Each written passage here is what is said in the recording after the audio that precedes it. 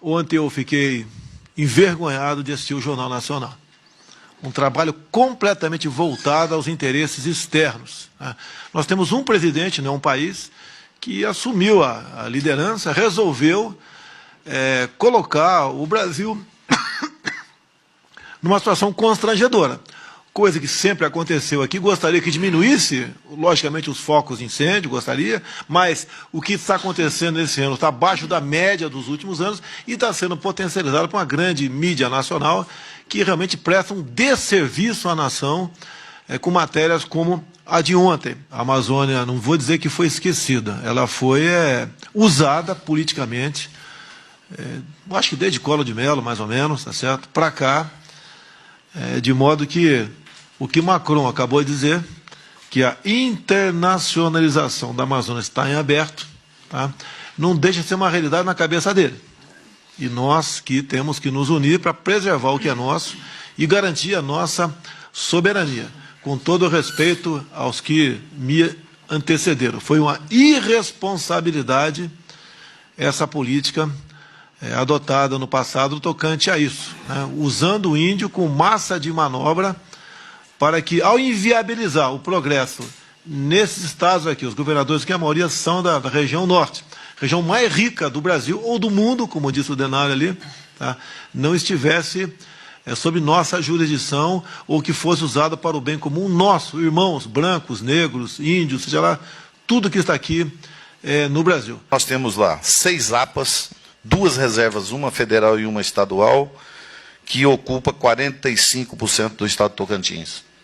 E, além disso tudo, nós temos algumas áreas que é 80% de reserva, que nós estamos meio misturado, e algumas áreas 35%. Na verdade, a gente consegue liberar para o produtor 17%, que é muito pouco, no centro do Brasil, uma área totalmente produtiva. Isso nos leva ao atraso, na verdade. Não produzimos nada, essas áreas indígenas também não produzem nada, estão matando os índios, na verdade, essa é a realidade. Você vê a situação desses indígenas nessas regiões totalmente precária, né? Que não adianta ter milhões e milhões e milhões de terra, e esse povo também está morrendo lá por falta de assistência. Então, eu vejo que nós aqui temos o mesmo problema, e eu penso de uma forma legal. Eu penso assim, nós temos que fazer o dever de casa, todos nós governadores, respeitando o meio ambiente, mas respeitando também a nossa população que está aí passando necessidade e precisando crescer, desenvolver e comer. Essa é a nossa realidade. São essas minhas palavras. E tudo que o governo federal puder nos ajudar, dando-nos o apoio para, neste momento, os incêndios, todos os anos. Nós fizemos um trabalho desde... Tem uma pesquisa de 2012 para cá, não é diferente. Todos os anos são a mesma quantidade de fogo nessa época da seca que nós estamos vivendo. Tocantins, ele é divisa do Mato Grosso. Nós temos aí a Ilha do Bananal, que é uma área indígena, que nós estamos até trabalhando nessa estrada, que é para poder tirar a produção do Mato Grosso, atravessando a Ilha do Bananal, que dá 80 quilômetros só. Essa produção tem que andar mais de 1.000 quilômetros para chegar no porto. O que nós precisamos? A liberação para que a gente consiga fazer a abertura. Já está aberta, é uma estrada que já está aberta. Economiza em quanto tempo, qual espaço que você reduz? Economiza 1.000 quilômetros. Nós saímos do Mato Grosso e chegamos à rodovia, à ferrovia, com 180 quilômetros. 80 quilômetros é da Ilha do Bananal e mais 100 quilômetros que chega até a rodovia, que é a Norte-Sul. Imagina o que vai dar de economia, o que vai ser competitivo o nosso produto lá fora.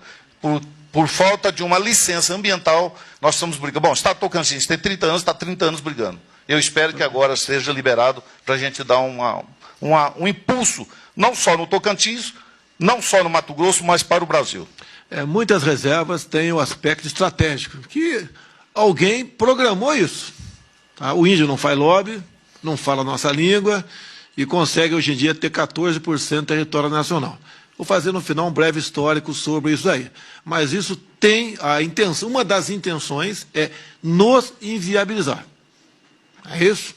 Justamente, eu acho assim, o índio, no nosso índio do estado de Tocantins, se for visitar eles estão vivendo precariamente, com todas essas terras que estão em poder deles. Então não é normal, alguma coisa não está certa.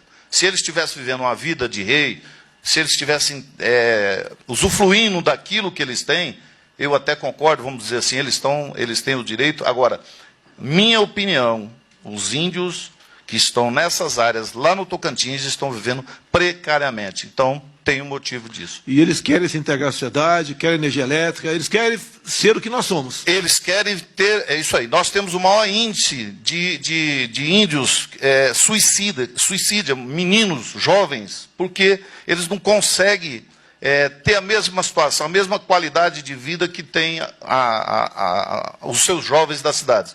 Então, o que a gente precisa é isso, é fazer com que todos tenham a oportunidade, mas assim, não vamos excluir por dizer, ó, nós vamos preservar mantendo o índio. O índio, ele está morrendo, ele está passando necessidade com uma área enorme que está fazendo falta para o Brasil inteiro. O índio quer produzir também.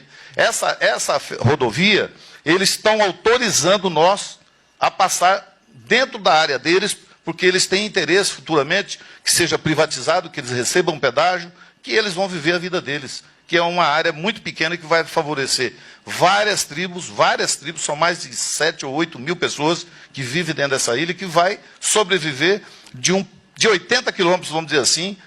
É lógico que ela tem que ser privatizada para poder existir o pedágio para trazer o recurso para esse povo. A questão do Fundo Amazônico. Em grande parte o dinheiro vem de fora do Brasil. Isso tem um preço. Demarcações de terras indígenas, APAs, quilombolas, parques nacionais, etc. Isso leva a um destino que nós já sabemos, insolvência do Brasil.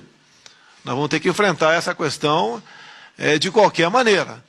Não é uma questão pessoal, ou está dando menos ou mais importância para ele ou aquele chefe estrangeiro. É uma realidade que está pela frente. A indústria da demarcação de terras indígenas ocorreu logo após o governo Sarney, de boa memória aquele final do governo dele, onde ele resolveu, Jean Heleno, criar o projeto Calha Norte. Foi José Sarney e então o ministro do Exército, Leônidas Pires Gonçalves. Tá? E isso daí visava o quê? Criar polos de colonização, em especial na região fronteiriça norte do Brasil, em especial, mais a oeste um pouquinho também. E isso, então, precipitou essa indústria de demarcação de terras indígenas, cuja marca foi em 92, no governo Collor, com a portaria do ministro da Justiça, demarcando a reserva Yanomami. Mas, né, Ordenário, a Raposa Serra Sol veio bem depois, vocês queriam menos 1 ou 2%, só isso, para que fosse preservada a área de cultivo de arroz. Os risicultores queriam isso. Hoje, Roraima perdeu até a autossuficiência na produção de arroz. Arrebentaram com vocês até aí. E fez com que os índios, né, muitos viessem para Boa Vista e criassem ou engordassem, né, algumas favelas que já existiam naquela área. O que nós podemos fazer aqui? Eu determinei ao ministro Onix, até quinta-feira, semana que vem, que não pode prorrogar por muito mais tempo isso aqui, ele mais uma equipe nossa, de ministros e outras entidades, né, vão procurar os senhores ou as assessorias dos senhores para a gente mandar esse pacote de medidas para o parlamento, que passa em grande parte por lá, para nós solucionarmos esse problema. Se continuarmos, né, passivamente achando, como disse o Miguel Dochoanda, que falou aqui, o problema virá o ano que vem. Não há a menor dúvida que virá o ano que vem. Agora, só está sendo potencializado pela Globo e pelos outros países, porque o nosso governo não aceitou, como quando vim de Osaka, demarcar mais dezenas de áreas indígenas aqui no Brasil. Se eu demarcar agora, Barbalho, pode ter certeza, se eu demarcar agora o que eu falei para vocês aqui, o fogo acaba na Amazônia daqui a alguns minutos.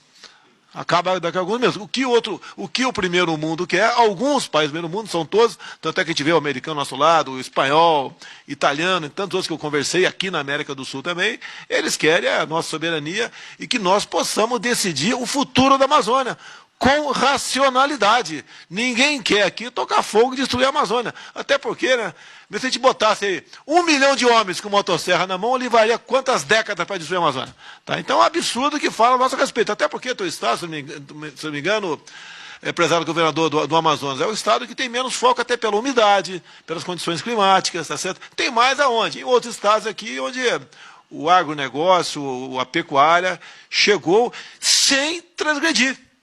E focos de incêndio existe, né? Até eu perguntei agora há pouco, ontem perguntei para quem trata desse assunto aqui, uma fogueira de São João é detectada por satélite como um foco de incêndio. É assim mesmo, Ricardo Salles? foco de calor. Tá? Então, até isso é feito. Então, tudo usam, não é contra eu, é contra o Brasil. E nós estamos unidos nessa aí. Esse documento será feito até quinta-feira pelo ministro Onyx Lorenzoni, e nós, se Deus quiser, venceremos essa etapa. Até o momento, né, agradeço aí ao nosso brigadeiro Botelho, que está à frente dessa operação, o nosso ministro da Defesa, Fernando Azevedo, também, que está coordenando, mesmo com parcos recursos, coordenando essa missão de dar uma resposta, não é para o mundo não, para nós, que nós preservamos sim o meio ambiente. Digo mais, Flávio Dino, quem fez o último Código Florestal foi um deputado do teu partido, PC do BO do Rebelo. Então, ele fez muito bem feito, o que poderia ser feito até aquele momento. Talvez até um novo se faça necessário. E nós temos que ter autonomia, né, e fazer o que tem que ser feito, é que ser mudado, vamos mudar. Estamos preocupados com o mundo, sim, mas em primeiro lugar com nós, com o nosso povo, com o nosso movimento, com a nossa pátria. Encerrando, eu queria convidar os governadores, todos os governadores. Você quer falar mais 10 segundos aí? Tem um almoço aqui, humilde aqui, cabem 12 pessoas na minha mesa, seria muito honrado se os governadores participassem. Se for 30 segundos, o coronel capitão, deixa você, o coronel, falar por 30 segundos. 30 segundos, 30 segundos. Não, que isso, o senhor é marechal. Bom, não posso não. Da minha parte, eu digo o seguinte, a gente sempre teve presidentes e equipes de governo pensados com a proteção do meio ambiente, né? Pensando nisso. Hoje nós temos um presidente e uma equipe que pensa na proteção, mas primeiro no desenvolvimento também do ser humano. E como foi falado aqui por todos, existem pessoas na região amazônica carentes, né? Carentes. Então eu quero aqui, representando o povo de Rondônia, agradecer, senhor presidente, a preocupação com o povo da Amazônia, com o povo dos nossos estados. Obrigado.